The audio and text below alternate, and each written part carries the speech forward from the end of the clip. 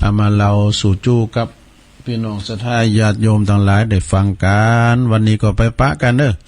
วันนี้ก็จะไปกินเป็ดตานไปรวมทำบุญกับโปลิงแดงที่บ้านเหล่ายาวใต้นะงานขาวดำเนาะน้องของโปลิงแดงจะไปหอมไตหอมปัจจัยหอมผ้าวันนี้ตอนนี้ไปศรัทธาญาติโยมไปมีอย่างนะข่าวสารงานบุญตอนนี้ก็เปลี่ยนบรรยากาศกระโจยกันอั่วนี่ไหน ไปจะโทรมาก็โทรมาศรัทธาญาติโยมทั้งหลายนะโทรมากำลังใจกันก้าเนี่ยมันโมนกับตอนโทรเนี่ยใครอยู่ตอนใดก็โทรมากำลังใจกันได้เจริญปนเจ้าไอ้ตาเจ้ายายน้อยกับนัดเจ้าวันนี้โชคดีได้สีเทียมวันลูกเจ้าถึงวันคิดถึงเสาเต่าฟังให้ก็ได้ความสุขคนเฒ่ามันถึงลูกเจ้าถึงวันได้รายวันก็ดีเหมือนกันว่าต้องกึดวันว่าจักลูกปลา2 โมง 3 โมงพอลุงเมปลาถ้ารับลูกปลาจักบ่ได้โทรดูกันกดเบอร์โนดูกันกดโทรหมุนเตะเจ้าความสุขพอแม่พอแก่ไม่เฒ่าสุดท้ายแล้วเจ้าโทรกันหรือจุดมีกันดีๆว่าต้องมาคือจดเบอร์เอาไว้เนิ่นนายยายใดเบอร์1ผู้ฟังทั้งหลายรับรองว่ายายบ่ผิดกฎเจ้าพอกดปันเด้อพอแม่แก่เฒ่ามีเอาเด้อเจ้าต้อจนสุดท้ายเจ้าวันนี้กำยองวันละกำนะเจ้ากำว่ายิ้มซุยๆนะเจ้าภาษาไทยแปลว่ายิ้มแย้มแจ่มใสเจ้าไว้ตาเจ้าเจริญปอนยายน้อยกัดครับตุลุงบุญน้อยบุญปันนะมาเจ้าได้ครับผมลุงมาแบบละวันนี้แต่ดีขนาดปอนน้อยฟังเจ้าแล้วเนาะฟังครับฟังกับเจ้าไม่พระตุลุงมาเจ้าแล้ว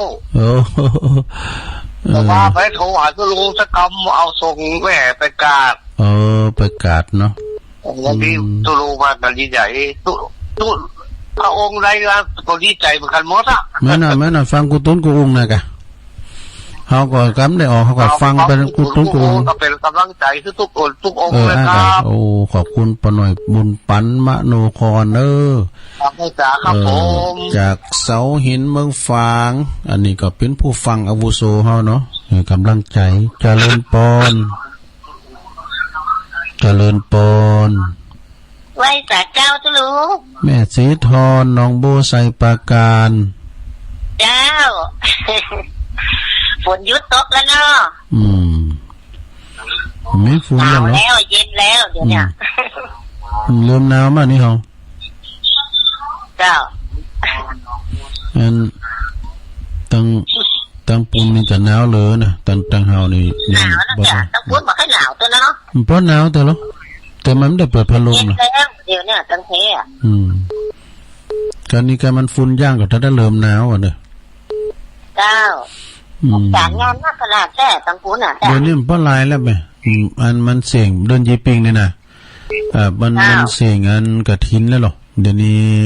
มดฤดูกระถินก็จะมีงานต่อไปของงานประเพณีอ่ะกะเนาะ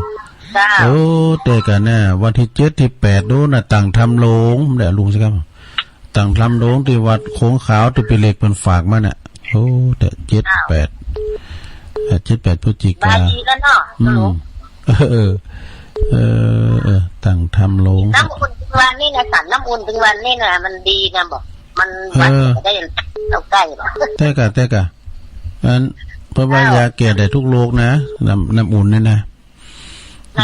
ขอบคุณนะแม่เนอแม่สีทรแม่สีทรชัยปราการ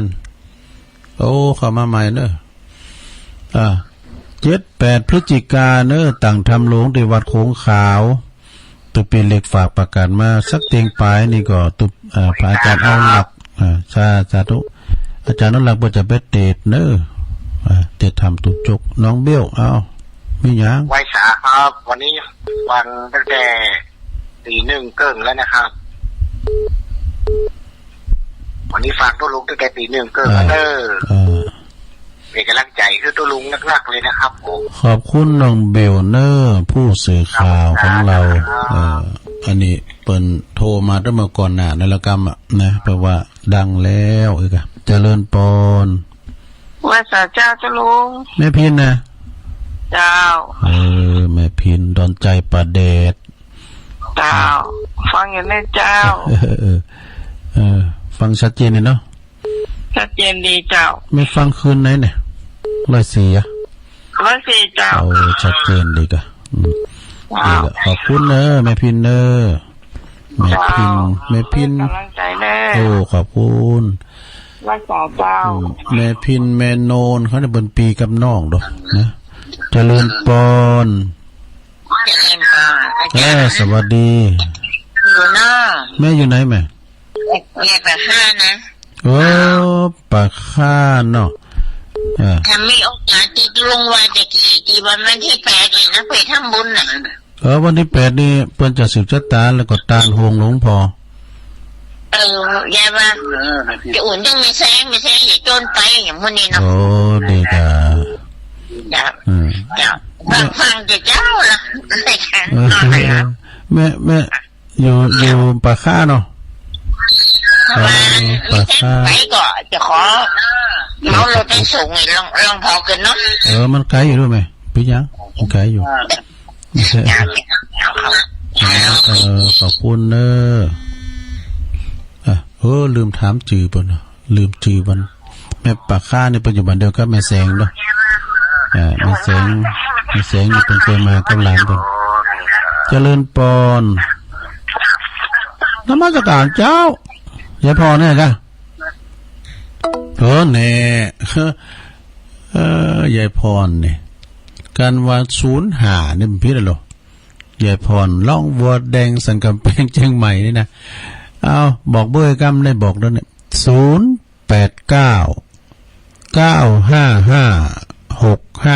089-955-6506สายใหม่เข้ามาฟังดูเวลาเหลือหลายอยู่089-955-6506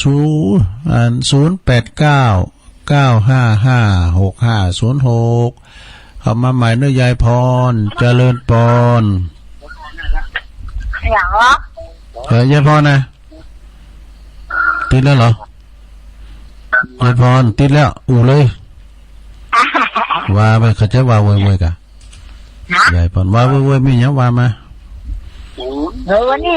อย่างนี้จะบ้านราคาหันทีเลยตามไฟหากตามตีนมันก็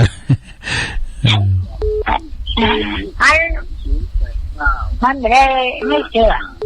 เอาไปเป็นอย่างก็อู่กันนี่ธรรมดาเนี่ยกะอู่กันธรรมดานี่เล่มบึกก็อ่านก่อนอ่ะมันแจ้งดีบึกนี้หรือเปล่ามีการเล่มบึกดันไปคู่มันออกพุกตุลุงก็หูไหนเด้อน้ำผมหูไหนเด้อยายพรตื่นเจ้าแล้วกะวันนี้ไม่ได้อยู่บ้านเนอะจะไปงานข่าวดำนี่ออกงานแล้วด้วยแต่เมื่อกันน่ะทุกวันถ้าใครมางานนี่มันจะเอาอยู่ไหนมันเป็นญาติเดียวกันไปกันงานสังคมมันเป็นธรรมดาทุกคนต่างรอคิวไปคิวมันนะมาเปิดวัดโตนะยายจะไปดูในความประมาทเนอะเป็นเลยว่ามรณสตินึกถึงความตายอันจะมาหาตนการเอาเกิดเนี่ยคุณเขาตายแล้วมันจะกินมากินนิดกินเมื่อจิตยังกินเมื่อดังฉาบกินเมื่อลาบขมเนี่ยมัมกินข้าวละลายเนอะกินข้าวนักขอบคุณยายพรเนอะเกมท้าไปดีเนอะก่อนนะถึงวันนี้มาถึงเน็ตเลยฮะ3 โมงบนเอามาหนักยินดียายพรเนอะยายพรน้ำใจให้มันดีนะปวดตัวแตงก้อนเน็ตหรืออาจารย์นิพนธ์เจริญปอนขอเจ้าหายเหนื่อยแล้วยังเจ้าแม่จะรู้นะแม่จะรู้นี่สมบุกสมบันอยู่ไม่เลยปกปิงเมืองเจ้าหายแล้วไม่ยังตุลุงก็ต้องสบายนำรับไปถึงกันดิลุ้นจะเป็นอย่างโดนฝนอยู่ ฝนหยุดแล้วนะเจ้าไม่ละฝนท่านน่ะย่างละฝนน่ะถ้าย่างละดีละมันหายเลยแล้วฝนย่างก็จะหนาวอ่ะเนอะหนาวแล้วเจ้าฝนย่างก็หนาวอ่ะยินดีเนอะแม่จรูนโอ้แม่จรูนนี่บนหักสัตว์นะกันมาแต่ละเตอนี่เอาอาหารน้องหมามาด้วย ปอภัยบูญนะแม่จรูนปกปิงเมืองป่าหาในเมืองพุ่นนะเจริญปอนแม่เจ้าอันนี้แม่ฟองอ่ะใช่ฮะแม่ป้าบรรทาหลายสายแม่ป้าเจ้าแม่ป้าหลายสายบรรทายบรรทาหลายสายจ้ะกูเตยยิ้มหันโทรมาเชื่อเตยกันแล้วโทรมาตัวแรกกันเนี่ยโอ้โทรตัวแรกกูจะได้เจ้าโทรมันติดแล้วเหรออำเภอแม่ทาเนี่ยนะเจ้าอำเภอแม่ทาทาหลายสายอำเภอแม่ทาอำเภอแม่ทาเนาะชื่อแม่ป้าบ้านทาหลายสายดีก็ไปตั้งทาชมพู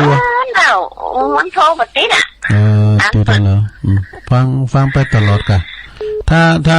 แม่ทาแม่ป้าอันแม่ทาหลายสายนี่อยู่ตำบลหยังอยู่อำเภอแม่ทาเนี่ยอำเภอแม่ทาเนาะจังหวัดกาฬปูนกันเนาะดีละฟังไปติ๊กๆกันเนี่ยท่านโทรมาเตือนแล้วก็มาอันนี้ทหารมันก็โทรมาตลอดกันเลิกได้โทรสร้างเลยโทรได้ติดอ่ะไก่ก้าวทาสปูดนะกะ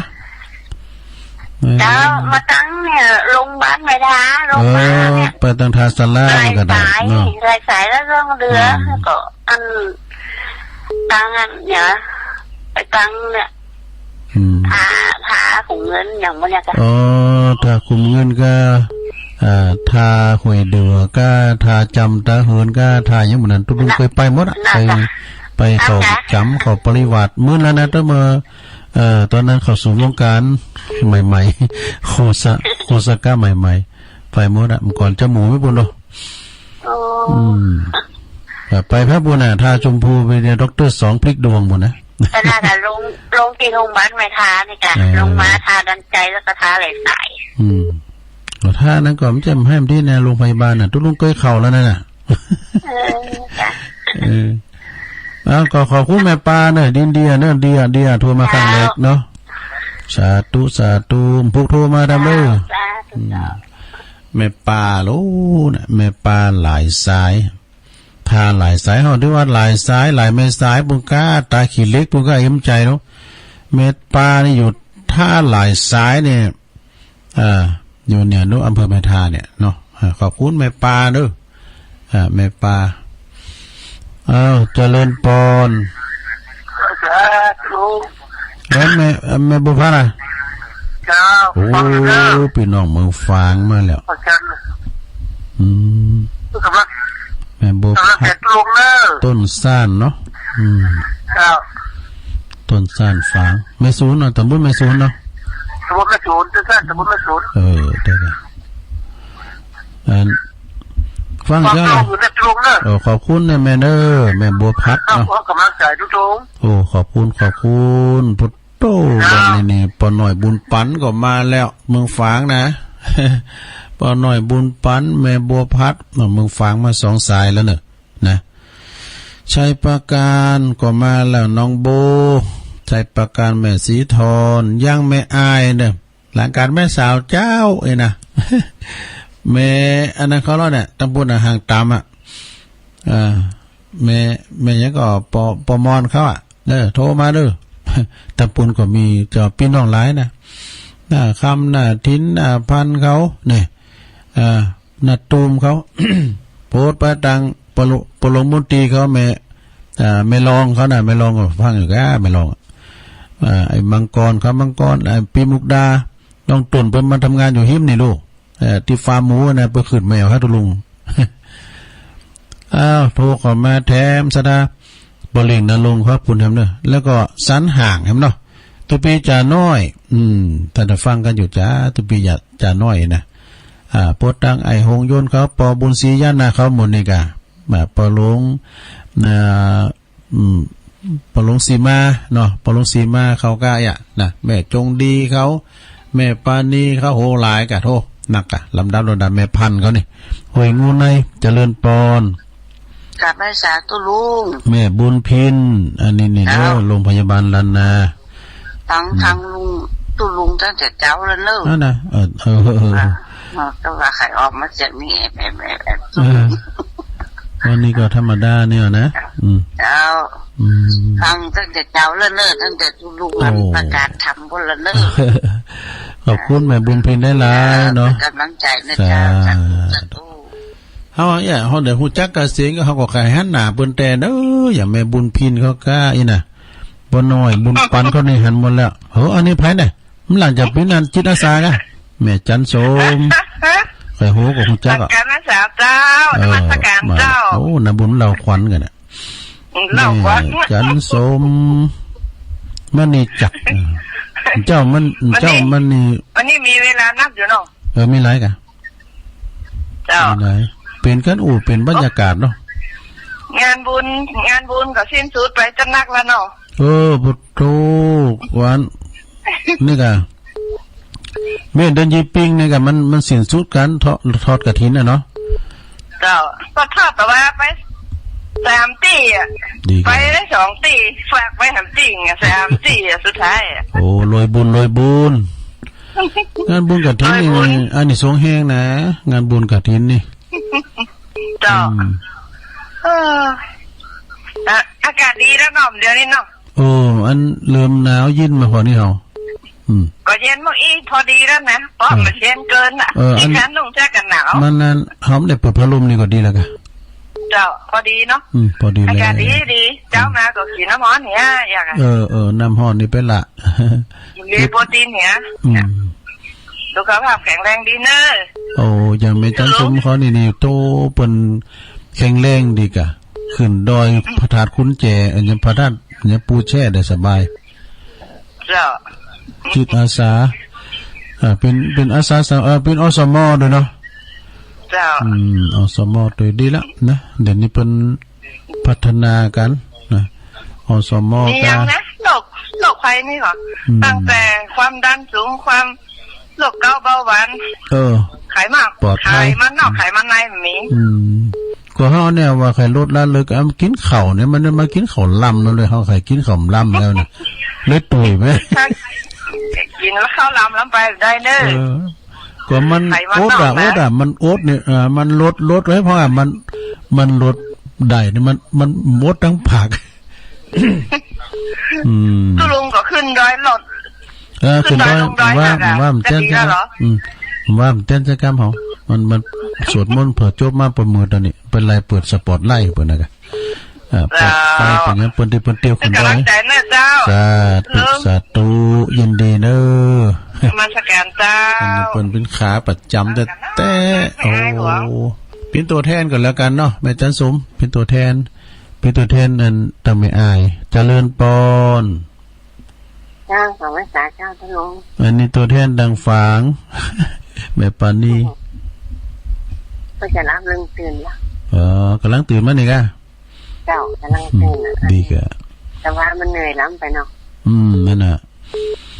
มันเหนื่อยล้ำไปแล้วขออันพอดีคุณลุงตื่นโหมันก็ได้เวลาจังจักเป็นคุณลุงเกิดสายพอดีพอตัวลุงมาบริหารเวลาเปิดนะกะอันให้กำลังใจทุกลุงเนอะขอบคุณหลายๆแม่ปราณีมณีจรเนี่ยลากยาวถึง7 โมงบนน่ะนี่ก็เดี๋ยวก่อนเอาทำมาเตะน้ำจมงที่2คืนสีขาวเจริญปอนเจ้าก็ออกรายการอยู่เหมือนก่อนออกแล้วกะ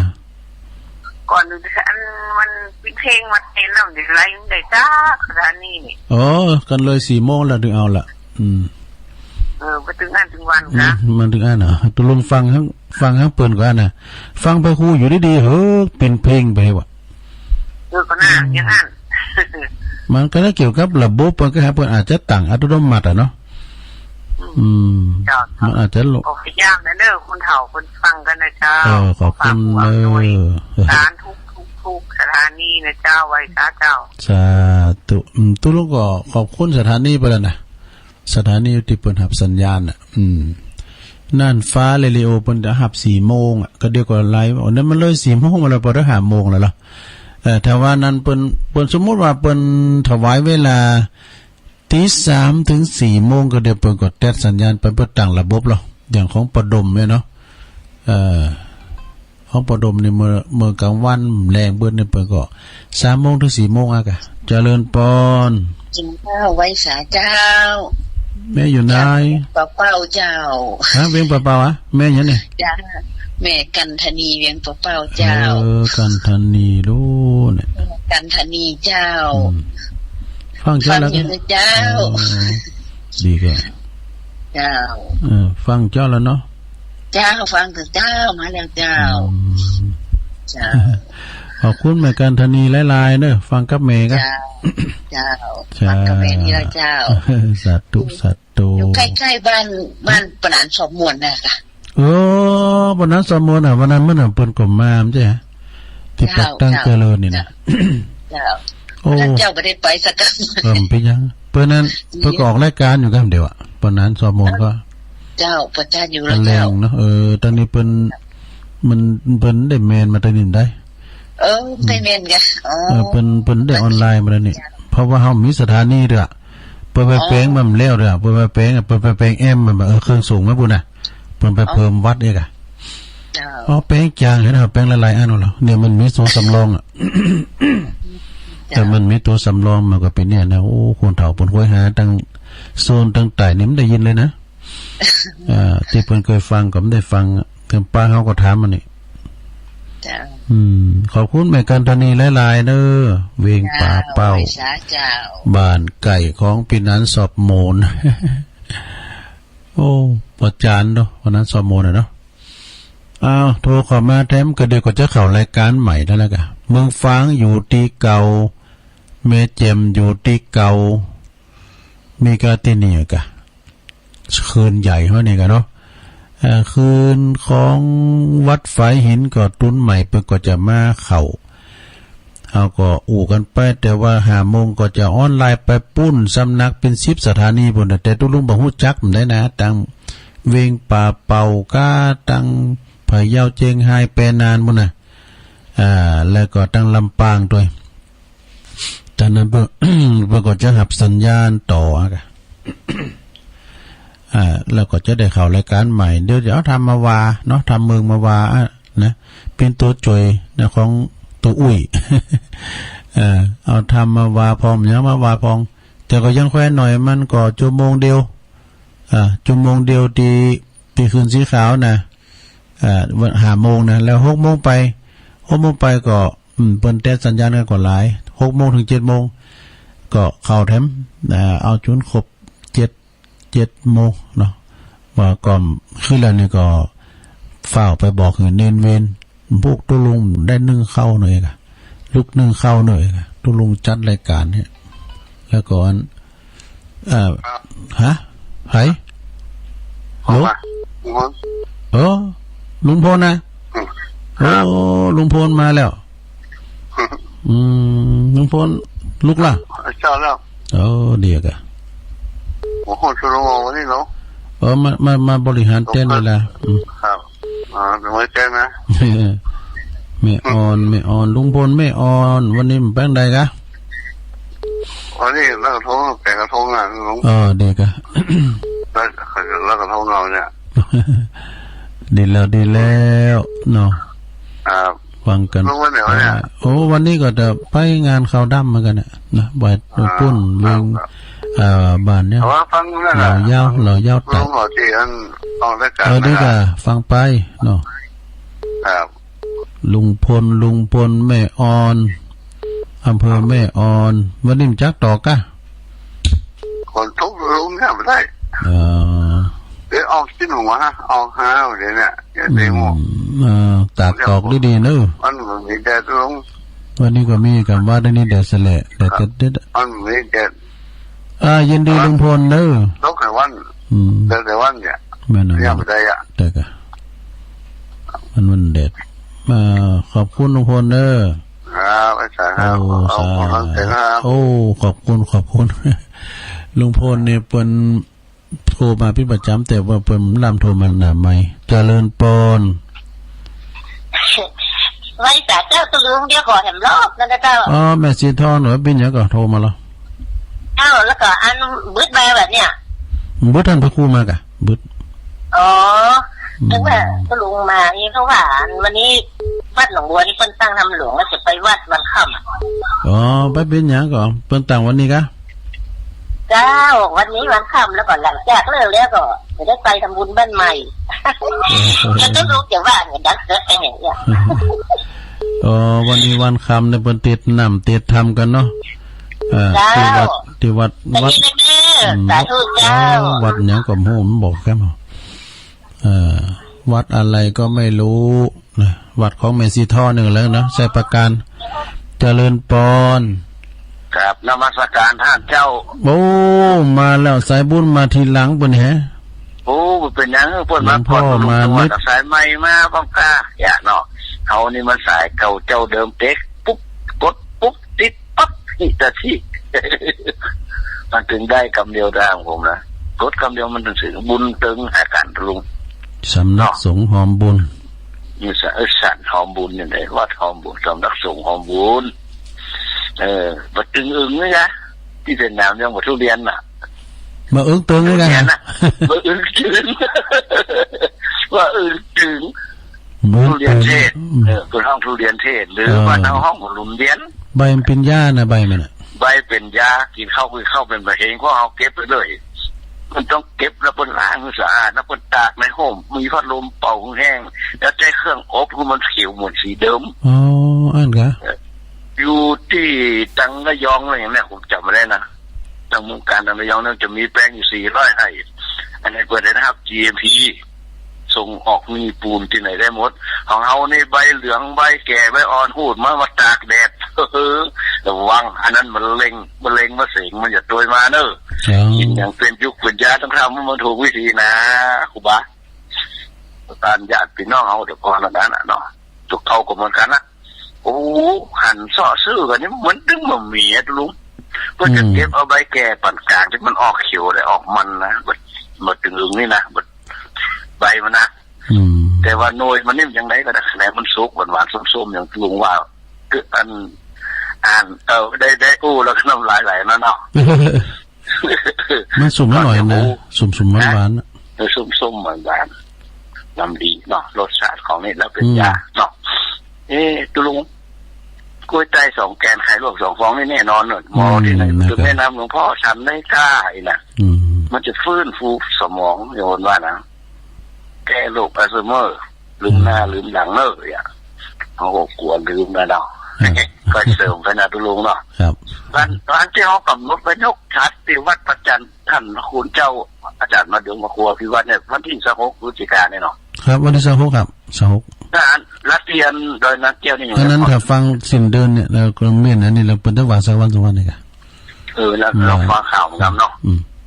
แล้วถ้าพระกันที่ไหนก็จะมีของฝากจากสำนักสงฆ์หอมบุญอยู่เนอะโอ้ดีค่ะ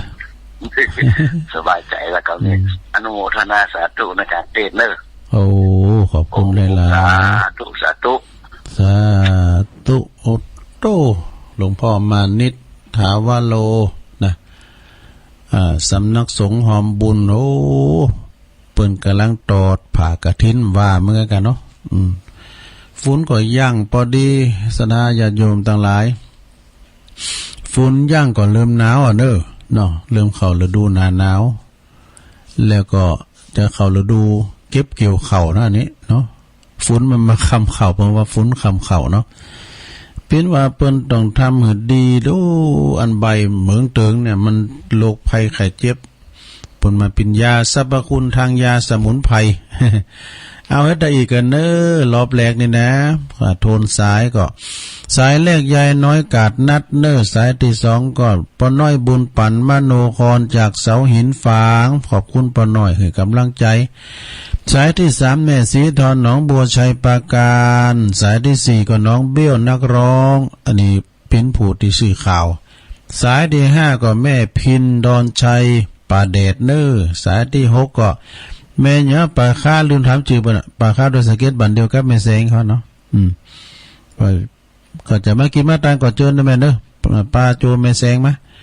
แล้วก็สายที่7ก็ยายพรล้อมวัวแดงสังกำแพงเชียงใหม่บุตรมาเหล่าก่อนน่ะแรงบุตรมาได้ยายพรเด้อสายที่8ก็แม่จารูนปกปิงเมือง สายที่9ก็แม่ปาทาหลายสายเด้อบ้านอำเภอแม่ทาเนี่ยนะแม่ทาแม่ปาเนี่ยนะผู้โทรมาเด้อแม่ปาเด้อสายที่10ก็แม่บัวพัดต้นซ่านมาตำบลแม่ศูนย์อำเภอฝางสายที่11ก็แม่บุญเพ็ญโรงพยาบาลลานนาสายที่12ก็แม่จันสมมานิจักหลังกาดแม่สาวจิตอาสาสายที่13แม่ปราณีมานิจรมแม่เมาขีดเล็กฝางจิตอาสาเหมือนกัน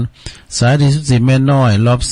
2อยู่ดักไว้ตุเนี่ยตุลุงผมจางอยู่น่ะเติบเพิ่นก็ปิดด้วยอัตโนมัติน่ะเพิ่นฟังอยู่ดีๆเดี๋ยวแม่น้อยนี่เพิ่นไปนอนพุ่นนะตุ่นโจกตุปีแก้วพุ่นน่ะเพิ่นต่างทำโรงเนาะตุ่นโจกไฟแป่นพุ่นนะสายที่15แม่กันธานีเวงป่าเป้านะฟังกับแม่สายที่16ก็ลุงพลแม่ออนเนี่ยลุงพลนี่เพิ่นเป็นคุณสู่ชีวิตเนาะเพิ่นใจมีกับครอบครัวไปอยู่กับแม่พุ่นนะสายที่17ก็แม่สีทรรอบ2ต่างทำโรงวันนี้วันค่ำเนาะเพิ่นต่างทำโรงที่วัดของแม่สีทรครับแม่สีทรนั่นปุ่นนะมันแม่สีทรนี่เพิ่นอยู่ปูนอยู่ใช้ปากการหนองโบสายสุดท้ายหลวงพ่อมานิดถามว่าโรสำนักสงฆ์หอมบุญเด้อ เพิ่นก็โทรมา